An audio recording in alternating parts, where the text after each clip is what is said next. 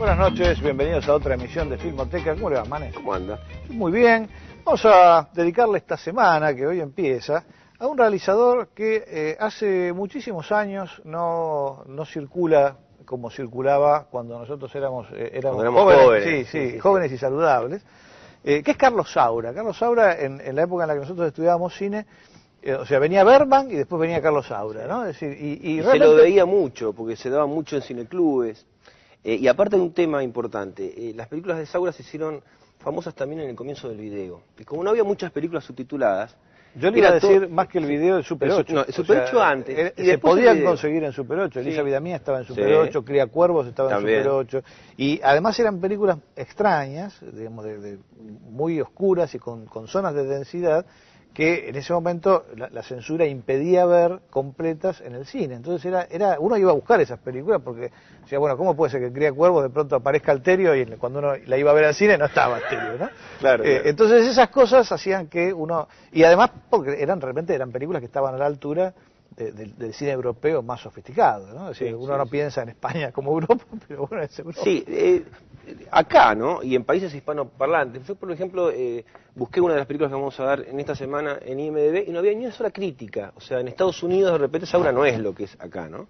Pero aquí, aparte otro tema, el momento político, ¿no? O sea, nos sentíamos representados un poco. Exactamente. Ellos habían vivido una apertura antes que nosotros, entonces había también una importancia en ese sentido. Sí. Y luego también, yo creo que para explicar lo contrario, que sería por qué hoy no se habla de Saura, yo creo que ahí la culpa la tiene bastante Saura. Es decir, creo que a partir de cierta altura él perdió, o se habrá hartado por ahí de circular más o menos en la misma zona expresiva, se dirigió a otros rumbos y empezó con estos musicales rarísimos. Empezó a bailar como loco flamenco. Flamenco, tango, lo que ve Cafados, ¿no? Y ahí yo creo que, por lo menos a mí me perdió completamente. Y nosotros vimos las dos o tres primeras y después ya no vimos más. No, yo abandoné completamente su obra, con todo respeto. No, sí, a mí me pasó lo mismo, pero hay una época que básicamente de las 4 películas que vamos a ver esta semana, 3 pertenecen a esta época y la cuarta es como medio una isla en la filmografía de él. Es realmente la mejor época. O sea, no, claro, por eso, digamos, uno dice la culpa la tiene él, pero lo digo realmente con respeto porque la primera zona de su filmografía, y esto implica hablar hasta los 80, hasta principios de los 80, es extraordinaria. Es decir, de una gran fertilidad, de una enorme capacidad de usar sus recursos expresivos de maneras elípticas o atravesadas o no, digamos, de eso vamos a hablar a medida que vayamos viendo las películas, que realmente uno no encuentra tanto en el cine español. De pronto sí sucede que hay directores españoles que han hecho 2, 3 grandes películas, Borau, por ejemplo, Furtivos es una obra maestra, digamos, Patino, por ejemplo, que también tiene grandes películas, pero no con la fertilidad de Saura. Saura tiene toda la década de una película extraordinaria detrás de otra, ¿no? Toda la década del 60 y la del 70.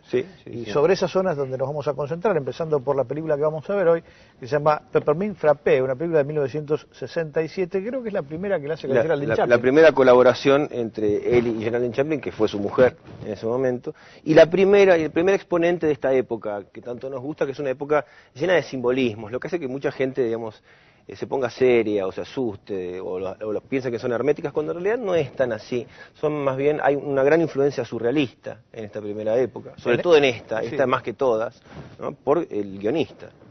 Por el guionista y por el peso paternal de Buñuel, ¿no?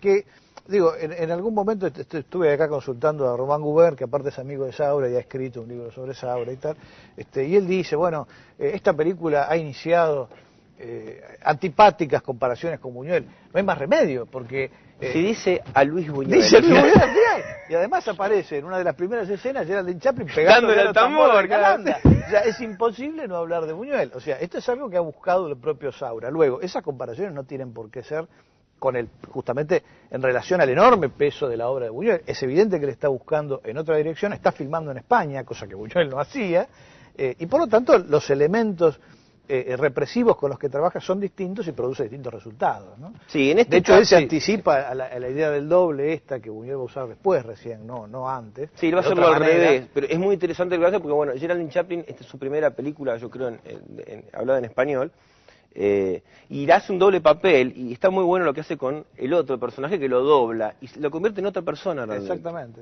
No es solo una cuestión del pelo, del No, cabello. hay un montón de cosas. Realmente, qué bella que era Geraldine Chaplin en este momento, ¿no?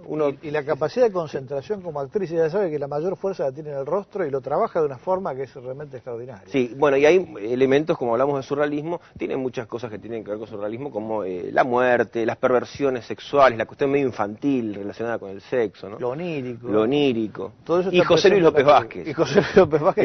El gran, pobre desgraciado del cine español. Sí, que no hizo otra cosa más que de eso durante, no sé, 20 años. Y acá está maravilloso, ¿no? Está realmente muy bien en esta película. Vamos a ver entonces, para inaugurar esta semana dedicada a Carlos Saura, Peppermint Frappé de 1967.